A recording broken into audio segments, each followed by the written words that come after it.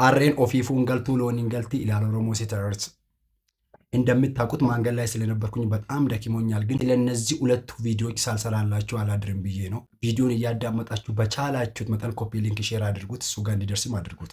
እናዳምጠው። ያቄ ለዲያስፖራ እንዴት ነው የወጣችሁት? ማለት ወደ ውጭ የወጣችሁበት መንገድ እስኪ መንገዱን ጠቁ። እንግልት ምናምን ያልበዛበት ይሄኛውም እናዳምጥ።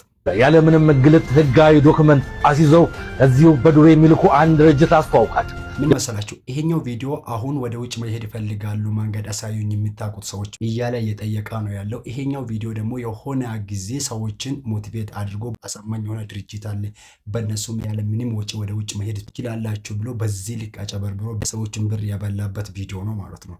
እኔ ልል የፈለኩት እንደዚህ አይነት ድርጅት ካለ ለምን በእነሱ በኩል አትሄድም አንተ?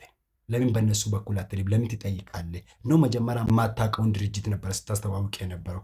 በአንተ ምክንያት ስንት ሰው ነው ብራቸውን የተበላው? ስንት ሰው ማለት ነው። አየህ፣ ለብራቸው ሲሆን ሲኦልን ገነት አድርጋችሁ ነው ለሰዎች የምትናገሩት። የራሳቸው ሲሆን ግን ወታችሁ መፍትሄ ነው የምትፈልጉት ማለት ነው። አብዛኞቻችሁ ሚዲያ ላይ ማስታወቂያ የምትሰሩት በዚህ አንግል ነው። እንግዲህ ሰዎችን እያጨበረበራችሁ የሰዎችን ንብረት፣ የሰዎችን ሀብት፣ የሰዎችን ጉልበት የምትጨርሱት ማለት ነው። አንተም ቢሆን ይሄ ነው ያደረግከው፣ ሌላ ነገር የለም። አንተ የማታውቀውን ድርጅት እያስተዋወቅ አሳማኝ ነው እያልክ ሰዎችን እያሳመንክ ብራቸው ካጡ በኋላ አንተ ደግሞ ወጥተህ እንደዚህ ትጠይቃለህ ማለት ነው። ያዛዝናል የእናንተ ስራ። ይሄን ቪዲዮ ሼር አድርጉና እሱ ጋር እንዲደርስ አድርጉት። ፎሎ ያላደረጋችሁ ፎሎ አድርጉት።